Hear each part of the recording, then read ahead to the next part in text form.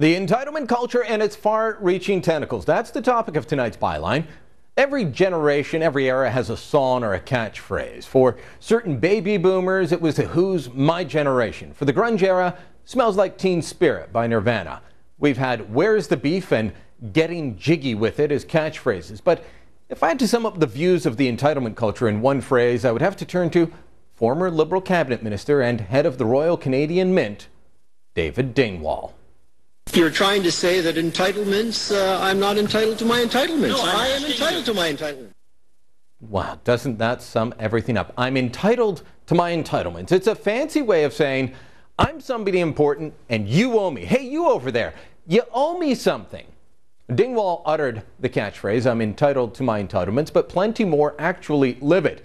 We see it with Swan Hands, a.k.a.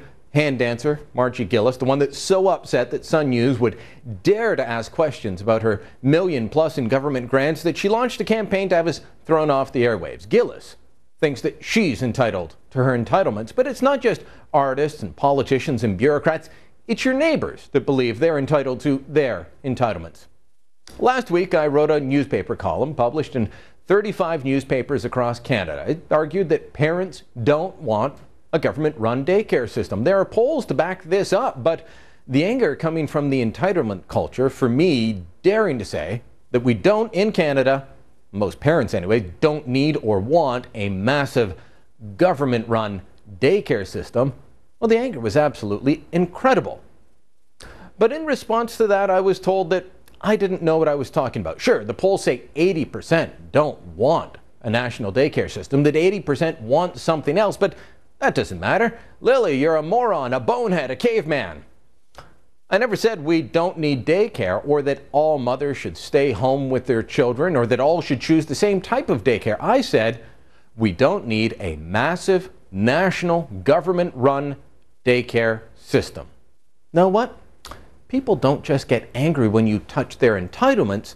They get angry when you touch their potential entitlements because we don't have one of these yet. There's just always talk that we should have one. And the most telling email I received came from a woman named Kaylee. Kaylee is looking for daycare right now. She says she's going back to work in the fall. She says the options laid out in the poll where parents could choose to stay home or have a loved one looked after them or choose the lady down the street or choose institutional care, well, those just weren't realistic. She said, yes, I'd love to stay home with my child. I'd want nothing more in the world, but without my salary, we'd lose half our buying power. Wow, half the buying power. That sounds tough. I hope her family's going to be okay, not starve.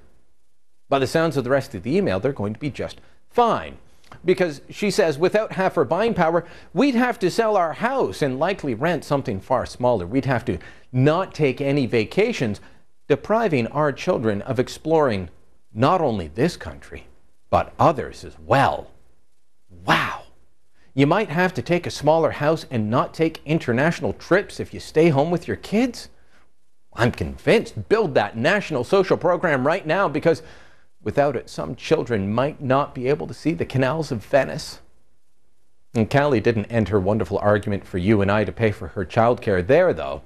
She went on. Without her buying power, she says, we would not be spending the same money on food, clothing, and other household goods. I like my buying power, and I should think in this economy, Mr. Harper would appreciate me spending my money in it. Not to mention the fact that I went to school. I'd like to use my education. I like being in the workforce, and I like having conversations with adults that don't revolve around diapers or eating and sleeping habits. So to recap, Callie would like nothing more to stay home with her kids, but can't because it might mean a smaller house, lower purchasing power, less international travel, and she likes spending her day with other adults rather than with the fruit of her loins. I can understand all of that. What I can't understand is why that leads to the need for a national government-run subsidized daycare system.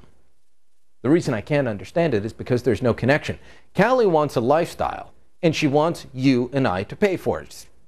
We should just be paying for her lifestyle. What Callie is saying here is, hey, you over there, you owe me something. I'm entitled to my entitlements. No, you're not, Callie. and neither is Swan's hands. The entitlement culture has to stop, and stopping it starts by saying no to more cockamamie schemes. And that's the byline. And here for the opposing view now is Katie Arnup. She is Administrative and Campaign Coordinator with the Ontario Coalition for Better Childcare. Katie, I think that this is an entitlement type of program that we don't need, the idea of a national program. But fundamentally, it would be unconstitutional because the provinces are in charge of one. If the provinces want to start a childcare program like Quebec has, Ontario, you live in Ontario, Ontario could start one up, Saskatchewan could start one up. There's nothing to stop the provinces other than parents at the ballot box have always said no to the parties that propose it. I disagree. I think that it's a federal responsibility to fund these programs. If but we want constitutionally, social programs are the responsibility of the federal government. Or the provincial government, sorry. Yes, but the federal government does provide transfers for social services to the provincial governments so that they can offer these services. But there's nothing to stop Ontario from starting one if they wanted. But when voters are given the choice, and in 2003, Howard Hampton said, we'll give you a Quebec-style program, you didn't win. The NDP proposed that in the last election. They didn't win. The Liberals promoted that in 2005, 2006 election, and 2008, and the latest one. And they didn't win. So people keep saying no to it at the ballot box. Why does it keep coming up as an idea as opposed to just working on building a childcare system that gives parents options? Well, I think that people are voting for childcare in every election, but when we're constantly given the message that we can't afford it, and when we know that at a provincial level, if they're running on it and there isn't the federal money to back that up, then people are scared. But well, the province could tax. They could raise their own taxes. They have all the same powers that the federal government has to tax. They could raise the sales tax, the income tax. So it's not like they couldn't get their own money for this. They don't have to rely on the federal government. Quebec didn't. Yep. They created the program. It gets rave reviews here. I have to tell you, I lived under it. There's waiting lists. There's the government putting private daycares out of business.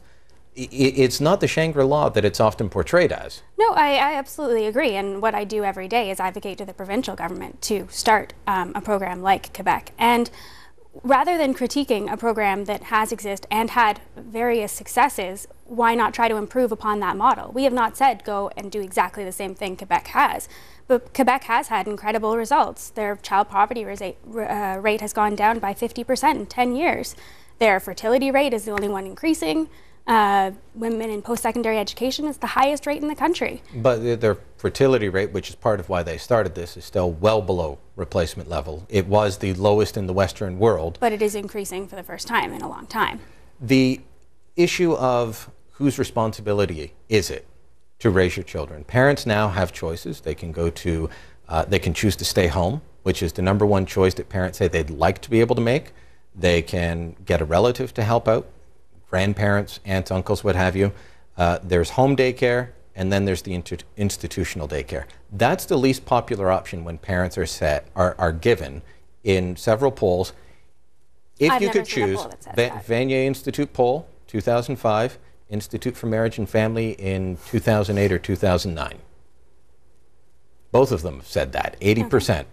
Well, I think it's also unfair to say that parents have a choice at all until there's actually spaces for every single family and that they're affordable.